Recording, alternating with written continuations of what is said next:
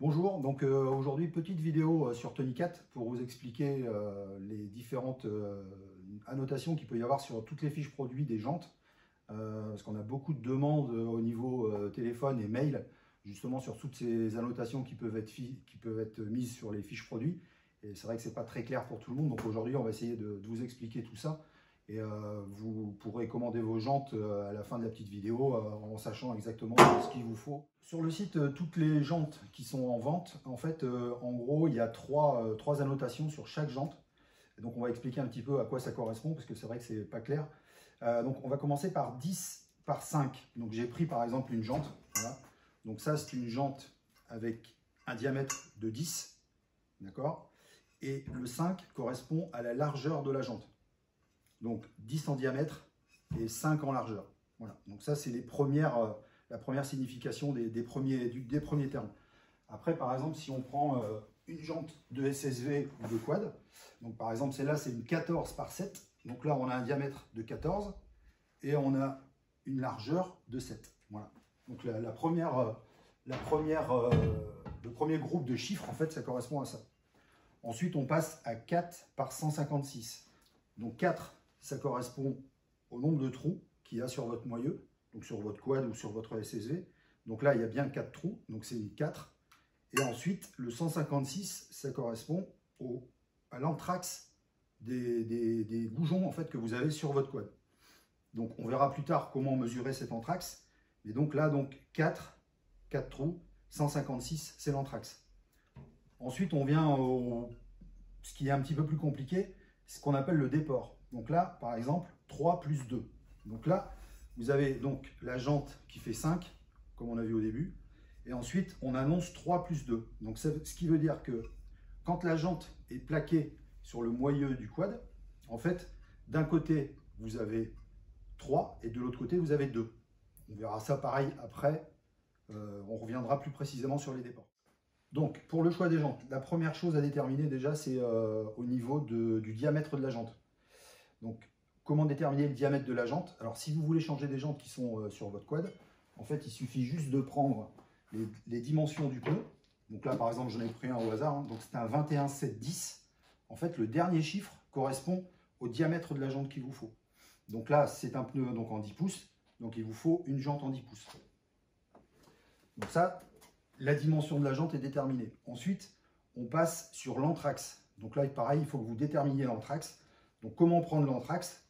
Donc, en fait, le mieux, c'est de démonter la jante du quad. Et ensuite, avec soit un pied à coulisse ou un réglé, il faut prendre la dimension entre les deux goujons. Donc, il faut prendre la dimension entre deux goujons opposés en passant par le milieu du moyeu. Donc, en gros, ça vous donne cette dimension ici. Là. Voilà. Donc, les anthrax, il y en a plusieurs. Il y a 100, 110, 115, 136, 144 et 156. Voilà. Donc, on va dire qu'il y a une grosse différence entre chaque anthrax. Par contre, il faut faire attention entre les 110 et 115, parce qu'à la mesure, ça fait pas beaucoup, ça fait 5 mm, donc il y a moyen de se tromper. Donc, bien prendre le milieu des goujons sur deux goujons opposés en passant par le milieu. Voilà. Donc, une fois que vous avez cette mesure-là, vous avez déterminé l'anthrax de votre quad.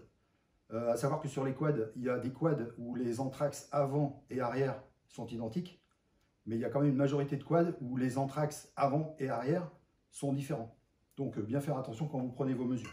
Voilà. Donc, ça, c'est pour les anthrax. Ensuite, donc là, on va arriver à ce qu'il y a de un petit peu plus compliqué, le fameux 3 plus 2, donc les déports. Donc, le premier chiffre, c'est toujours le déport qui se trouve à l'intérieur, enfin, vers l'intérieur du quad, en fait. Donc, en gros, opposé à la valve. Si là, vous avez une jante en 3 plus 2, ça veut dire que vous avez 3 pouces vers l'intérieur et 2 pouces vers l'extérieur. Donc là, j'ai fait exprès justement de prendre deux jantes qui sont exactement, enfin qui sont, on va dire comme ça, regardez, identiques, sauf qu'il y a une 3 plus 2, celle-là, et une 4 plus 1.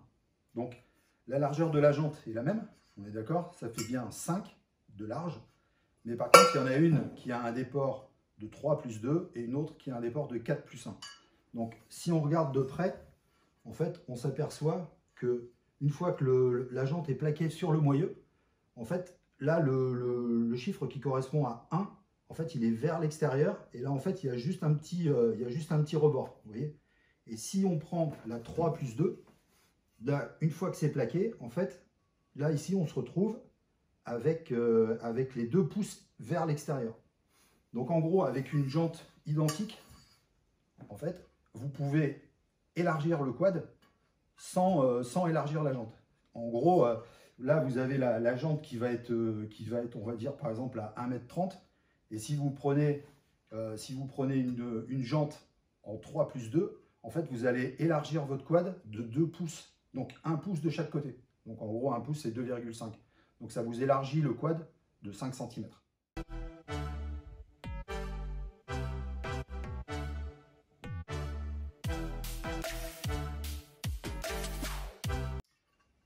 Donc voilà, la vidéo est terminée. Donc j'espère que les informations qui vous ont été fournies vous serviront pour passer commande de vos jantes. Et puis en plus, bon, n'hésitez pas, hein, s'il y a quelque chose que vous ne comprenez pas ou vous n'avez pas compris, n'hésitez pas à nous appeler ou alors à nous envoyer un petit mail et il n'y a aucun souci, on vous répondra. Voilà, donc à bientôt sur Tony 4. Bonne journée, au revoir.